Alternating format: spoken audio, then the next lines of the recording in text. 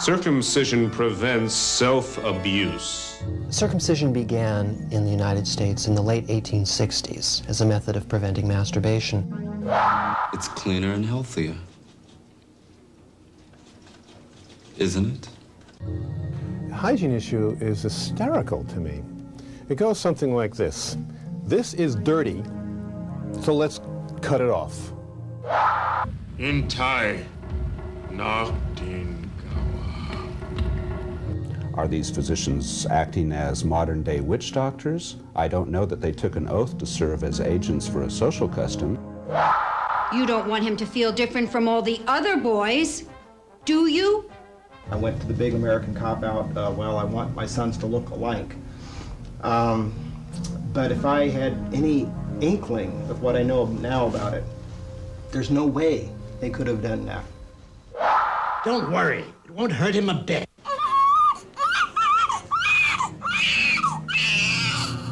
I'm sobbing, baby's screaming, the doctor's cutting, there's blood everywhere. And the doctor looked into my face and he said, there's no medical reason for doing this. And that was the question, I think, that literally changed the course of my life.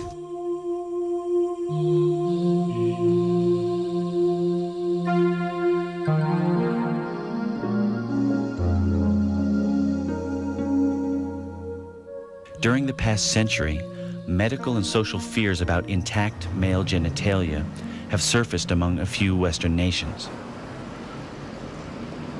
Information on the history of circumcision in the United States is very scanty, and that is why I set about doing my research. And I have, to this date, amassed approximately 3,000 articles, all of them detailing the history of circumcision in the United States. In this country, there is a common thread running throughout circumcision advocacy. It turns out that whatever disease is the focus of national attention in whatever given time period, the circumcision advocates will use that disease as an excuse for circumcision. During his research, Hodges learned that in the United States, genital mutilation began as a 19th century attempt to control children's sexuality by allegedly curing masturbation. Among the illnesses masturbation was believed to cause were insanity, epilepsy, cancer, prolapse of the rectum, and blindness, to name just a few. One of the leading proponents of circumcision therapy was John Harvey Kellogg, who also promoted the benefits of his own health invention, the cornflake. Many books of Kellogg's day alerted doctors and parents to the signs of masturbation: droopy eyelids, peevishness, rounded shoulders and nervousness, even boldness or shyness. To prevent or cure masturbation in children, a wide array of devices were invented. In 1888, Kellogg published his own widely popular book on the subject, Plain Facts for Old and Young. As a cure for masturbation in boys, he had this to say: a remedy for masturbation, which is almost always successful in small boys, is circumcision. The operation should be performed by a surgeon without administering an anesthetic, as the brief pain attending the operation will have a salutary effect upon the mind, especially if it is connected with the idea of punishment, as it may well be in some cases. But in 1891, English surgeon Jonathan Hutchinson became the first physician to propose genital alteration of healthy children as a preventive of disease, an attitude that would find increasing favor over the next 100 years. I may indeed go further than this and avow my conviction that measures more radical than circumcision would, if public opinion permitted their adoption, be a true kindness to many patients of both sexes. Of course, circumcision never did prevent masturbation, but to this day, circumcisers advocate its preventive aspects for an unbelievably wide range of diseases.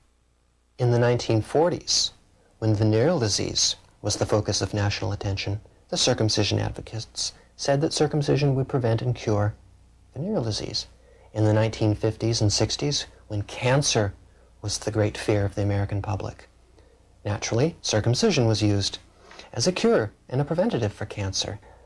In the late 1980s and the 1990s, when AIDS and HIV has become a tremendous problem, the circumcision advocates have advocated circumcision as a way to reduce the risks.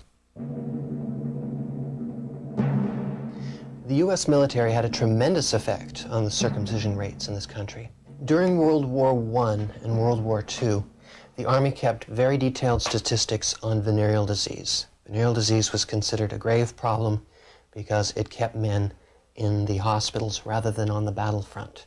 Military doctors published reports proving that blacks were responsible for the spread of venereal disease. And so blacks were naturally targeted for circumcision. And many, frankly, very racist articles were written about blacks in medical journals that were published by the Army, showing why blacks were so promiscuous, how they were unable to be taught how to wash themselves, how they couldn't be trusted to learn to protect themselves during sex, and that amputative surgery was the only possible way of controlling them. This incursion into the rights of black soldiers, at times under threat of court-martial, quickly became a concerted effort to amputate the foreskins of all soldiers. And when they returned home after the war, they had been indoctrinated into the belief that circumcision was necessary. And when their children were born, and the doctors began circumcising them automatically, parents didn't object. They didn't have a choice, but they didn't object, because they had been told that it was absolutely necessary. Almost all of today's medical literature advocating circumcision has been generated by a small but vocal group of non-intact males.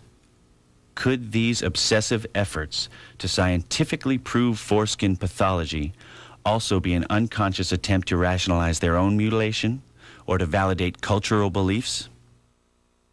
What is the psychology of a circumciser? Two leading circumcision advocates, Dr. Edgar Schoen and Dr. Thomas Wiswell, who might have shed more light on this subject, did not respond when asked to substantiate their advocacy. But while most doctors try to avoid controversy by appearing neutral, more health professionals are challenging the perceived necessity of routine circumcision, including Dr. Dina Dell, whose popular radio and television programs advise consumers on a wide range of health matters. It's only we in America that cling to this outmoded belief. We squeaky clean Americans, you know, who have sudsed the world and cleansed it with our products and our antibacterial, you know, jihad. The hygiene issue is hysterical to me. It goes something like this. This is dirty, so let's cut it off. If indeed the foreskin is dirty, then the vagina is dirtier. If indeed an excuse for circumcision is that the foreskin is dirty, then we have a better excuse to circumcise females. Soap and water is the solution. Rather than trust personal hygiene, however, mutilation of both sexes seemed a more dependable way to prevent disease. Female circumcision was espoused in reputable American medical journals until the late 1950s. Uncontrolled attempts to surgically mold the body to their vision of health led well-intending physicians to routinely discard body parts they perceived as troublesome and non-essential, like the appendix, the tonsils, the adenoids, the clitoris, and both the female and male foreskin. Of these, only routine circumcision of males remains as a solution in search of a problem. And if you look at the history of circumcision in America, one reason after the other, it was originally started to prevent masturbation, which obviously didn't work. Then as a promotion for cleanliness, and then it was decided that that really isn't necessary, that it's very easy to teach people how to wash themselves, and we don't live in unsanitary conditions. Then it prevents cancer of the cervix of the women, and that has been discounted. And then it prevents cancer of the penis, obviously some validity, but there's no reason that hygiene won't do as well, as statistics from other countries have proven. And now the latest, which once again, now we've got a solution. Now here's the problem. The problem is now urinary tract infections. Circumcision excuses espoused by Kellogg might sound laughable to us. But 50 years from now, Will today's excuses be considered just as flaky? Oddly, the majority of infant male circumcisions in the U.S. are done by specialists in female genitalia, obstetricians, many of whom do so not for medical reasons, but simply to accommodate parental fears about conformity. I don't know that they took an oath to serve as agents for a social custom, and yet that's exactly what they're doing when they perform medically unnecessary operations on unconsenting children. When fathers consent to this surgery for their sons, they perhaps unconsciously are really more concerned about their own genital integrity than that of their sons. Fathers and sons will always look different. Sure, you may see a lot of similarities between me and my son, like the foreheads and the way our hair goes, but fundamentally we're different people, and everybody in the world is unique. Now, the idea that you have to circumcise your son so that he will match your genital anatomy and will suffer psychological damage if this is not done has never been proven. One factor accounting for so much concern over this normal genital structure is the fact that there is still widespread, almost systematic ignorance about the functions of the foreskin, even in the medical community. I graduated from Cornell Medical School in 1967. I was taught zero about the structure and function of the foreskin, as were most doctors of the era. As a medical student, we don't learn anything about foreskins. In my anatomy textbook, there's 2 lines about the foreskin. It's the skin that folds back upon itself and reattaches around the glands of the penis. And then the second line is it's the skin that's usually removed during circumcision. And that's it in the entire textbook. And this is a very serious ethical problem for physicians, because how can they be removing a part of the body about which they know nothing? Now, if they are not taught this in medical school, if they don't have this knowledge, it's impossible for them to share that knowledge with parents. The best message that we could give to parents and doctors, nurses, anybody that takes care of babies, babysitters, is leave the foreskin alone. Don't retract it, don't cut it, don't damage it, don't do anything to it. In infancy, the foreskin is actually attached to the rounded tip of the penis. As this detachment occurs during the life of a male individual and the foreskin becomes mobile, it is then working as a gliding mobile sheath. The penis then, during sexual intercourse, can glide in and out of its own erotogenic self. This not only increases the pleasure for the male, but decreases the abrasion and loss of lubrication for the female. A longtime critic of this penile reduction surgery has been world-renowned scholar Ashley Montague, who maintains that the foreskin is an essential part of male genital anatomy. I, as an anatomist and neuroanatomist, can tell you that foreskin is very highly innervated. And when separated, that is a serious injury.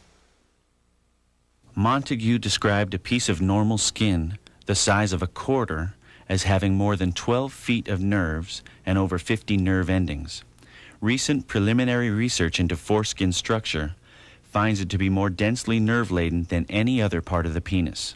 Far from being a little snip, infant circumcision destroys the inner and outer folds of the foreskin, which, in the average adult male, comprise almost 1/3 to 1/2 of the penile shaft skin, or about 15 square inches of erogenous tissue. 15 square inches comfortably fits 15 quarters. This analogy helps us to understand that the adult foreskin contains more than 240 feet of nerves and over 1,000 nerve endings, making the intact penis capable of sending more nerve impulses to the pleasure centers of the brain than a penis that lacks a foreskin. When you're missing 12 to 15 square inches of exquisitely designed, highly complex and very nerve-laden tissue from your penis, it has to affect the pleasure dynamic and the function of the penis.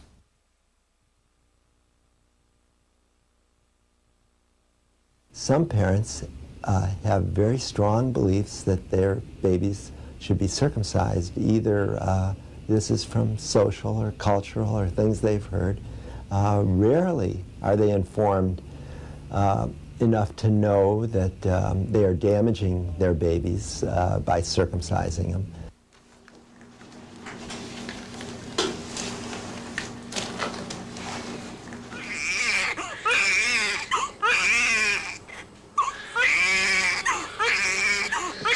One of the new insights in psychology is that there is a special human reaction to trauma. Trauma goes in deep. Trauma makes a big impression. It stays around. There's often is a withdrawal response where they become very quiet and almost actually appear to be asleep, which is one of the responses that newborns have to pain. We would like to think that it's just easily erased or that it's superficial, that maybe it's just something physical. And when it's over, it's over. That's the way medicine generally looks at early trauma. Psychologists are learning that this is not the case. Trauma is serious. Pain is serious. For decades, the medical profession held that babies did not feel pain or could not tolerate anesthesia. In 1985, newborn pain responses were scientifically documented, and while a few questionably effective anesthetics have since been developed, only a small percentage of these babies today receive anesthesia. What we have here is the very first experience in the newborn is to experiencing all this excruciating pain when the brain systems, the neural systems, are designed by nature to experience pleasure. What people need to understand is that there is a common denominator to both female genital mutilation and male genital mutilation. And its roots are in trying to control, if not eradicate, the sexual passion, the sexual pleasure that is inherent, that is inherently damaged and impaired by mutilation of the genitals. We have to confess that there have been no major studies, no large-scale studies, no really analytic studies that I know anything about to prove what the consequences might be later in life from infant circumcision.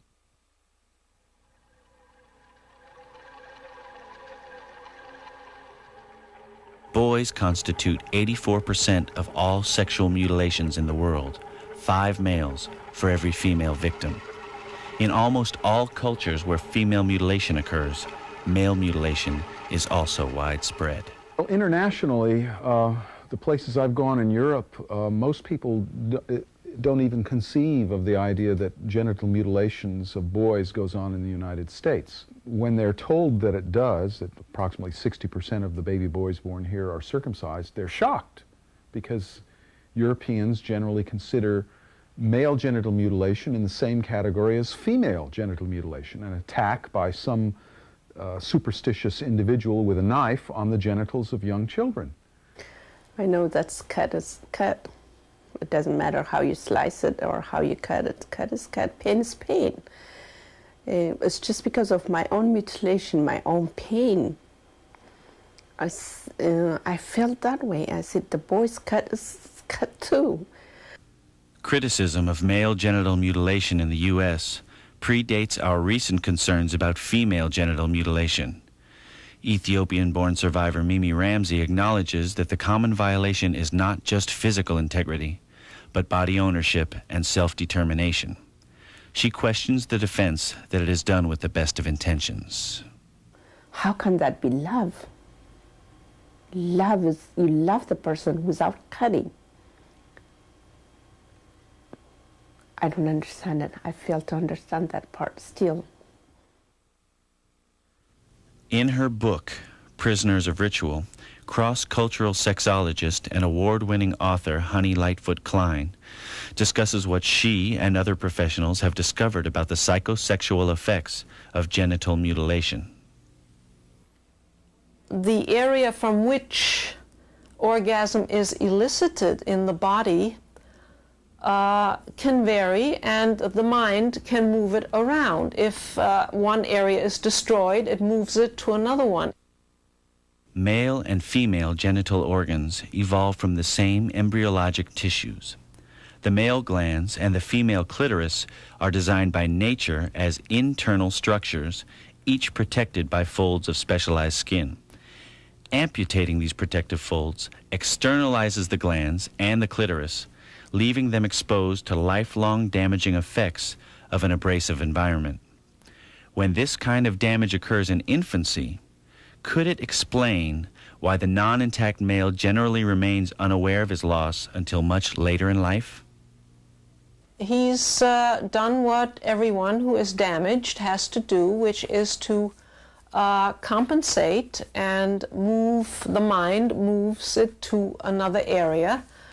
Or we might even say that because he is not familiar with the orgasm that he's able to have with a foreskin, what he has is normal.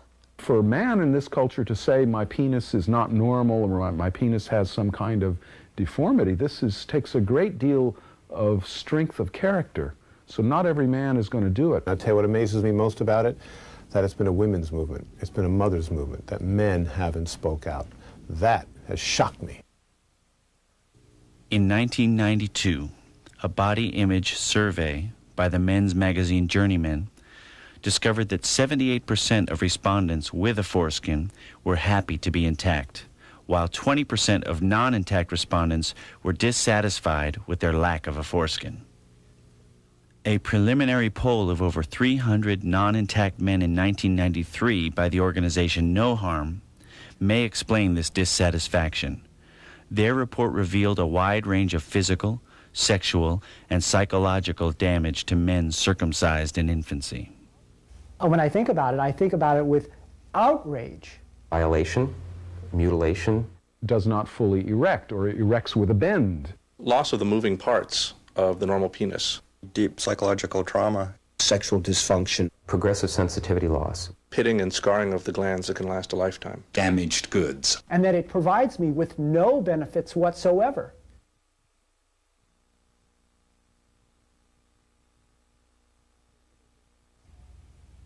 There really is a long-term harm to circumcision.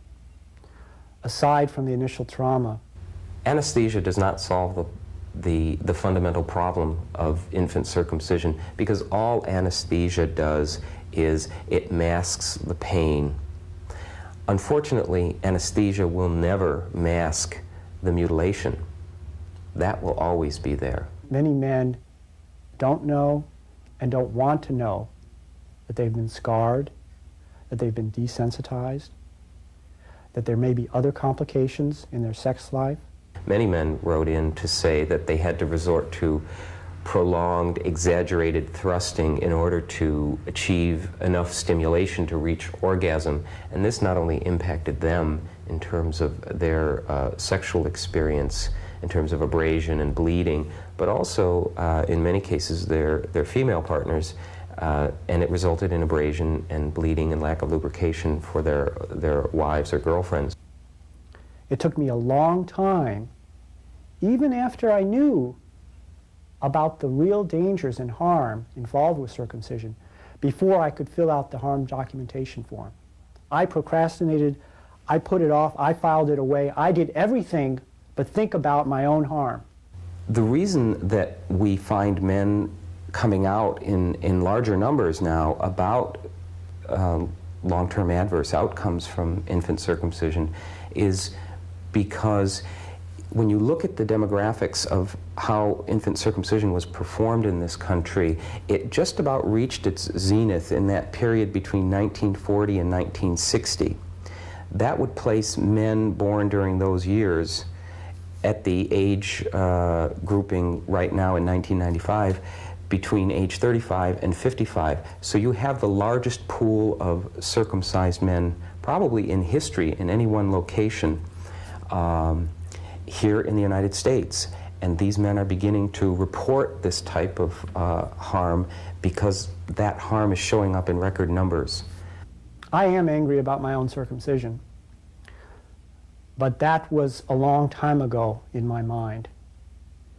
But when I think now, 33 years later, that it's still going on, Still going on even though we've landed on the moon, and we have computers everywhere, and we've gone through such tremendous social upheavals, such tremendous reevaluation of society and our values, that this thing is still stuck in our practices. That makes me angrier. Does a child's body belong to his parents, or to a religion, or to the culture? And what about the child's right of self-determination, the one who will ultimately have to live with the consequences? Circumcision does more than just remove a foreskin. Circumcision removes a choice. That choice should be the right of every individual boy and man to make on their own. And to circumcise an infant, whether at a day or 8 days, is to permanently remove that choice and that right that that human being has to control their body. What concerns me as an attorney about newborn routine infant circumcision is that each of these babies are born with the entire full slate of rights of both the state and the federal Constitution. You may say that baby is wrapped in the United States flag and then the California flag and all the constitutional protections that go along with those flags. And what we see happening routinely is these particular rights of this infant are invaded without any kind of constitutional safeguards, without any kind of procedures to protect the sacred rights of the child. I believe that this was really, for me, the first political cause in my life. I had been involved peripherally in some different political causes. I'd worked some for the Equal Rights Amendment, for nuclear disarmament. It always felt very far away from me. They felt like good causes, you know, in the abstract. I could believe in them, I did work on them, but it didn't feel like me. It was altruism.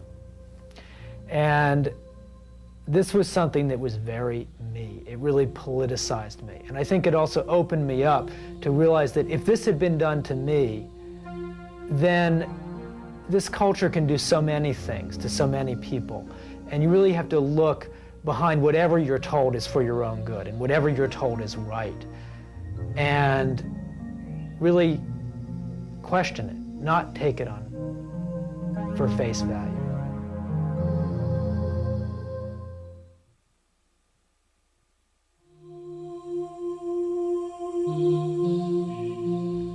As I got into my 20s, I think one day I just looked down and I saw this scar there that had always been there. And for some reason it just popped in my head and I said, why is there a scar here? Why is there a scar around my penis? I first became aware of the circumcision issue in therapy.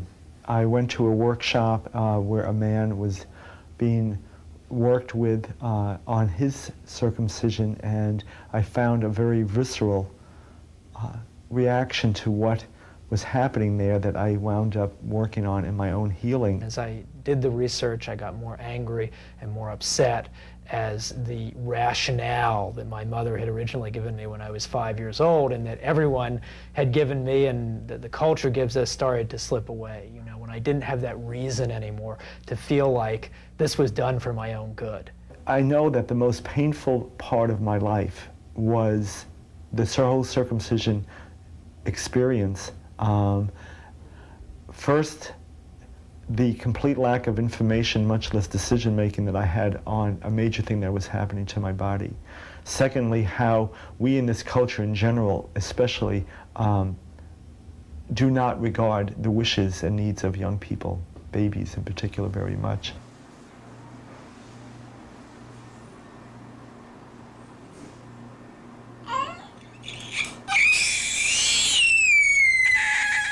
It tells me that we don't listen, that we could go on for years believing that babies don't feel any pain when this is done to them, without thinking that if this was done to me, would I feel any pain?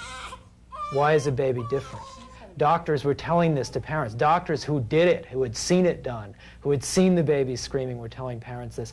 And I really think they probably believed it. Even though that baby was screaming in front of them, I think they probably believed that that baby was not feeling pain. Or that because the baby, as a man later, would probably not remember what he had been through, it therefore was not important, that it had no impact. There are many, many reasons why I think we did the right thing by leaving our son intact here.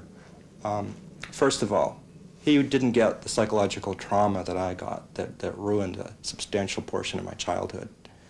He has the choice to do it himself if he wants to have that done at a later time for some reason which I couldn't fathom. His sexuality is unimpaired. He's got his God-given sexuality. The scar that 80% of American men carry, circumcised American men carry, is not simply the dark ring around the penis where the cut healed, but it's actually everything from that point forward, including the glands, which has scarified and keratinized over years because it had to be torn apart in order to successfully complete the circumcision. He escaped some of the other horrible things that can happen, like skin bridges, the hemorrhage, the sepsis. I mean, for heaven's sake, some children actually die from this. The medical providers hide this information. For example, the lawsuit that took place up in Alaska recently, which involved a boy who developed a paralysis as a result of an infection to the brain from his circumcision, was lost at the trial level and was just recently overturned by the Alaska Supreme Court because the hospital conveniently lost all of this child's medical records. These are injuries that are occurring unnecessarily because the circumcision procedure itself is unnecessary. Doctors do, in fact, try to market circumcision to people. I think that they try to make parents feel guilty that they're not doing the best technical, possible medical things for their children. I think it is a money game for the doctors. I think it's a money game for the insurance people. We're talking about $1.25 billion a year industry. 1,250,000 infant boys circumcised in the United States yearly at $100 a pop. Pal, that's $1.25 billion a year. That's a lot of incentive, let me tell you. Monetary incentive for male sexual mutilation is a recent development. For centuries, male elders have mutilated countless millions of boys, and for centuries, men have borne these childhood genital scars in isolation and silence. What I get out of But times are changing, and men are talking to one another about the impact of sexual mutilation on their lives. They're meeting to discuss methods of regaining their natural genital integrity, and they're coming together to challenge both the secular and the religious practice of infant genital mutilation. It seems like we have cultural blinders. One frequently hears the argument, well, it's better to have it done at birth because at least it's over with. But there are a number of reasons why it's really worse to have it done at birth. At least in an adult, the foreskin is fully developed differentiated tissue, as is the glands.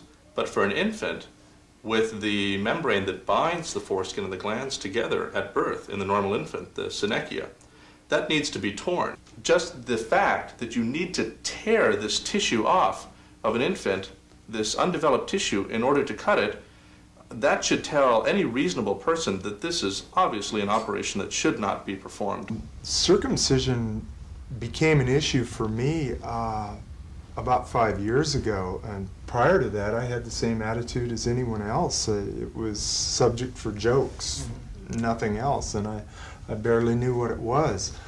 But I was attending a sexuality conference in which they used live models to demonstrate genitals, and they were not even talking about circumcision. They were just showing normal genitals, and their male model happened to be uncircumcised. And when I saw how he looked and how he functioned, I heard him describe the feelings that he had in areas that were essentially destroyed in me, I was immediately overwhelmed. began crying. I was just blown away by it. Its emotional impact was couldn't be denied. And as a gay man, I have had a lover who was intact. And through that, I have become aware. You know, I was able to have that conversation and became aware that it is very different. And things that I thought were just genetically different in us were in fact physiological, you know, because of my circumcision. When my sons were born, I didn't know anything about it really. I had a gut feeling. I really didn't want it done, but I grew up in this like fundamental religious background, and it had to be done. You know, it's the American way, it's the Christian way, you've got to do this. But just something inside me said I didn't want to do it, but I succumbed with my first son because I didn't know why.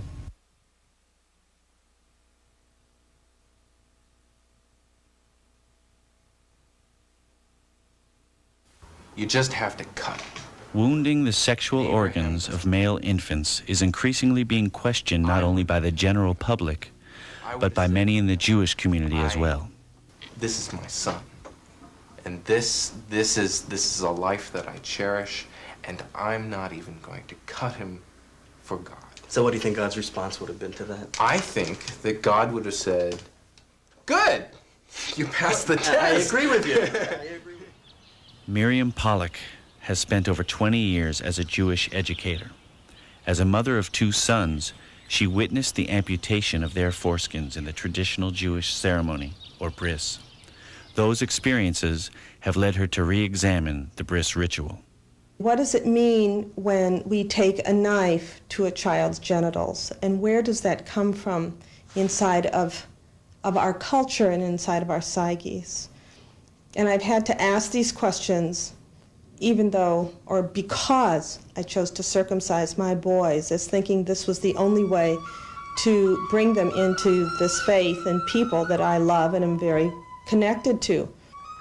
What I have learned and what I understand about circumcision is that it was a pre-Judaic rite. It did not originate with Jews. That Judaism had been a very powerfully matrilineal culture. In terms of Orthodox Judaism and even the law of the State of Israel, the whole issue of who is a Jew, the identity of a Jew, is if your mother is a Jew, you are a Jew. The use of the foreskin to that organ is evident. The bodily injury caused to that organ is exactly that which is desired. There is no doubt that circumcision weakens the power of sexual excitement and sometimes lessens the natural enjoyment. Our sages say distinctly, it is hard for a woman with whom an uncircumcised has had sexual intercourse to separate from him. Moses Maimonides was a very great 12th century Jewish philosopher, physician, and rabbi. Maimonides revealed to us that circumcision performs 2 functions. One, it deals with the fear of woman, and the other, the fear of pleasure. And part of circumcision, I feel, is a way of competing with this matrilineal, this very strong matrilineal heritage within Judaism. Circumcision accomplishes this by violently breaching the maternal-infant bond, by mutilating the baby on his sexual organ, by bonding the baby boy with the men of the community and the men from generations before him, and with a God that is imaged as male, and by psychosexually wounding this baby boy. Circumcision is fundamental to patriarchy, but it is not holy. And so we must ask, who is defining what is sacred here? Where is the sacredness of the mother's feelings to protect her newborn child? My father is a rabbi, so from a very early age I was trained in religious teachings and had full exposure to all of the Jewish rituals. I was taught to believe that circumcision was very special, that it made me special, that somehow it made me elite, It made me part of a greater family of Jews, and also that I was better in some ways because I had been circumcised. I was more civilized, I was more clean, I was more disciplined. Well, even the circumcision that we do today is a relatively modern procedure in that it came during the Hellenistic period. And it's much more drastic than the original circumcision, which was a removal of the bit of the foreskin that was past the glans. It was changed was because of what was perceived as assimilation into the larger Greek society. I feel very proud of being a Jew because of our long tradition of education and our long tradition of discussion. And I feel sort of sad that although even among religious Jews you can question God and question the decisions of God, it seems like you can't question circumcision without being labeled an anti-Semite. And that's absurd. What kind of ceremony can we create, or have there been ceremonies that have already been created that will make up for the Brit Milah, that will also be a Brit, a covenant, that will bring the child into the Jewish family? I attended one, and it was a wonderful ceremony. The parents and grandparents were there. Actually, there were cousins and aunts and uncles that were there. There won't be a milah with that Brit, which means there won't be any surgical procedure. Everybody was smiling from ear to ear. There was no reason for anybody to get ill at it, as I've heard of, some people getting ill at Brit Milah. Blessed is your coming in the name of God. Philosophy and science have brought us to a new understanding of laws and relationships between mankind, God, and nature. We thank you, O Lord, for bestowing on us this understanding. Baruch Adonai v'yishmerecha, ve'er Adonai panav elecha v'yichoneka, yisar Adonai panav elecha v'yasem lecha shalom. To each of you, upon each of you, we ask God's blessing. There was just incredible joy in welcoming this child into the Jewish family. Jews should also know that if they are considering not circumcising, that there are other Jews who are doing that and who are remaining Jews and remaining active in their communities. Their children are being bar and bat mitzvahed, and they are not being excluded from the community. The question of Sammy not being circumcised and living in a sea of Jews whose Jewish boys are circumcised, again, has not come up. He knows that something wasn't done to his penis, but he views his penis as being good, and I hope that all of us who have circumcised penises view our penises as inherently okay despite what was done to us. Not all circumcised men feel good about what was done to them, and growing numbers of non-intact men from all walks of life are seeking to undo the damage of their mutilation, to regain their natural genital integrity, and to experience renewed wholeness. Many are pursuing non-surgical foreskin restoration. And that's what the change has been for me. Never knowing the level of sensitivity I could have had had I been intact. And then to be restoring, and it was within 3 or 4 weeks I acquired a sensitivity that I had never known in my life.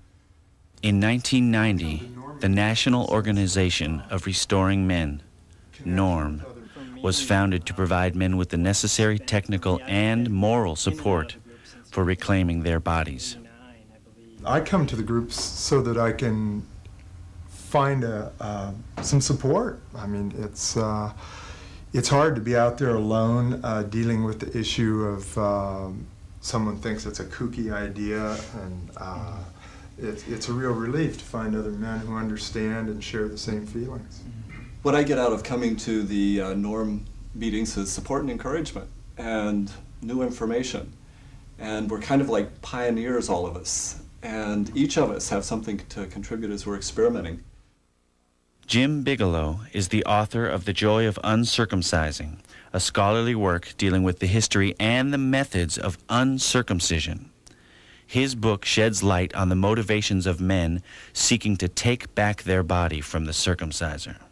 Many men who, as a young circumcised male, had no notion that anything was diminished about their penis, have discovered as they get older that the toughening of the glands is an ongoing process. And then when they begin to get some information, particularly information from intact males, that's not necessarily so. You get then a whole group, there's a group of men who say, hey, I've been robbed, I've been cheated, I don't want that to happen to me. I want to reverse that process. I want to stop it. I think restoration is a great outlet for that kind of angry emotion that rises up. I've had a lot of it myself, and in fact, it was the anger that allowed me to decide that I should be restoring. I thought, if I have this much emotional energy around this issue, then I should be doing something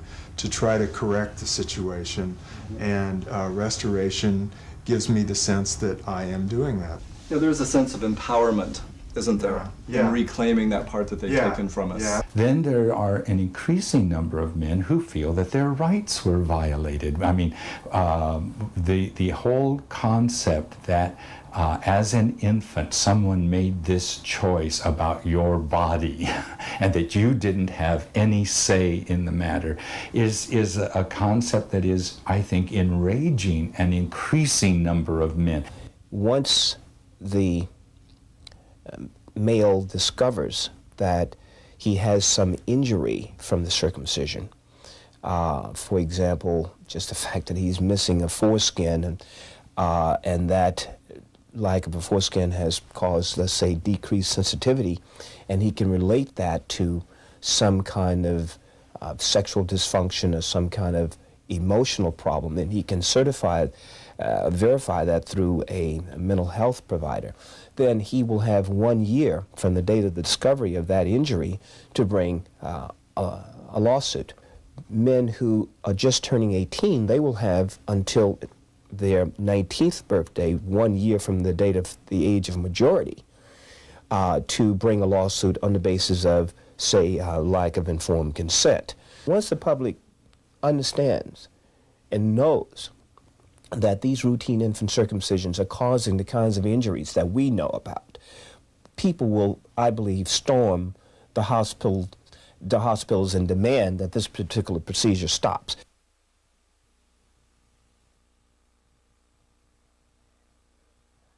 Circumcision's got to go, hey, hey, ho, ho! Circumcision. While those seeking social change have not stormed hospitals, they have stormed the offices of those who profit from or remain silent about the American circumcision industry. The question still is, will anyone sit and talk to us for 20 minutes? So the California Medical Association refuses to Sit down and talk to someone. Those people who are concerned about an unnecessary medical surgery that's being done to our babies, and as the only organization, only medical organization in the world that advocates the surgery that most of the world scorns, you refuse to talk to us about these things. Shame! Shame! Shame! So, the only mammal in the whole of the earth, and are you not suspicious that men, human males, are the only mammal where this is supposedly necessary immediately after they're born? Hey! Hey! What do you say? We don't do our boys that way! I work as a statistician for the California State Health Department, and when you look at the facts of the situation, there's absolutely no excuse whatsoever for circumcision. These studies that are used as an excuse to mutilate millions of boys every year are completely specious. I've come down here to help protest for the innocent babies that can't protest against the genital mutilation by circumcision that the doctors are performing daily on thousands of helpless babies like they did to me 55 years ago, and it's time for it to stop. This is probably the last imprint that I made on this planet as a whole human being. Yes. Yeah. This is the first time we have a Palestinian, a Jew defending, protecting our children instead of killing them. This is the board that is used to restrain your child. Is this a way to make your goal horrific? Ho, ho! Is this a way? Circumstraint board is a board that straps down a struggling infant so that somebody who has more power can retain that power while they hurt the baby. Circumcision's not okay. It doesn't give, it takes away. Why do I have to say that speaking out to Jews, telling them not to do this, is not anti-Semitic? I shouldn't even have to say that. Caring about babies is not an anti-Semitic position. For a long time, I thought I was the only person who was against circumcision, and I was surprised to find that there were other people who feel the same way. And when I got an invitation to come to this rally, I thought it was important that somebody stand up for people who are too small to stand up for themselves. And I'm here because I'm a human being and a humanist, and I think little babies count. I'm pro-circumcision, by the way. I think that everyone has a right to have themselves circumcised when they're at the age of consent. I'm 52 years old, and I've lived 52 years very successfully with an intact foreskin, and I want to tell the world that circumcision is stupid. We do not need to do this. The silence has to be broken, and men have to start speaking up against us to change this social custom in the States. Increasing numbers of men are finding their voices, not in the streets, but in literature and the arts, including the authors of books about musicians, and so the men taught to self-hate, then give their son to mutilate. multimedia artists, sculptors, performance artists. Peel, cut, and slice. No pain, no gain. It's a boy. Quick, cut his dick with a knife. Welcome to America. It's a man's world. Dear people, the head of our dicks is designed as an internal organ, like the eyeball or the tongue. Shall we pull out your teeth because we don't like the way you clean them? And filmmakers like Barry Ellsworth, who interviewed a group of New Mexico nurses that collectively refused to assist any longer with routine infant circumcisions.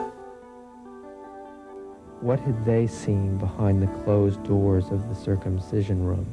What did they know that parents didn't know? What could they tell me about an event that I bear the scar of, yet cannot remember? This is not ethical, and especially when you're taking someone who has not consented. Parents can consent all they want. This does not mean the child has consented to this. If you saw a baby, how beautiful a baby is, perfect. And then if you saw a circumcision the very next day of the same perfect baby, I think what we're doing, it's not radical at all. It's just, it's common sense. It's sanity. And it started bothering me. I think it started bothering my soul. Doctors have the ability to educate and stop circumcisions. They could do it any day they chose. This is a sign that really steady, ordinary people like me are taking a stand like this. This should be a sign for other people that they need to look into it and see what's going on. The information discussed in this program may provoke in us mixed or even negative feelings. Feelings about traumas we may have experienced, about loss of function, or about having allowed our children to experience such traumas. What's important is that we let these feelings inspire us to change our old patterns. When this is abandoned by the medical community, everyone will want to forget that it was ever done. I believe that suddenly it will seem like common sense not to do it, and nobody will really want to think about why we once did it and what it's done to the majority of men in this country who are now living.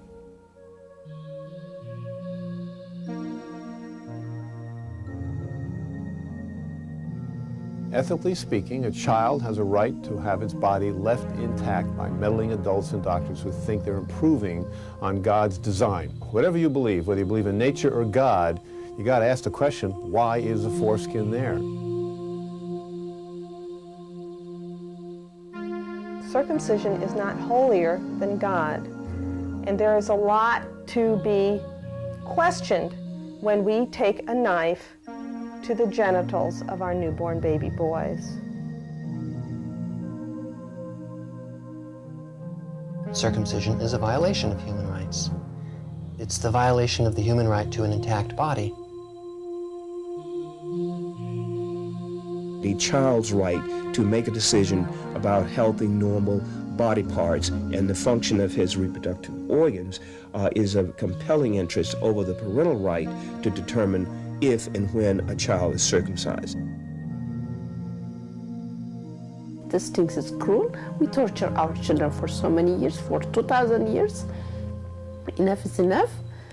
Let's stop it. To order a video cassette copy of Whose Body, Whose Rights, call Video Finders at 1-800-343-4727 or write to Video Finders at 4401 Sunset Boulevard, Los Angeles, California, 90027.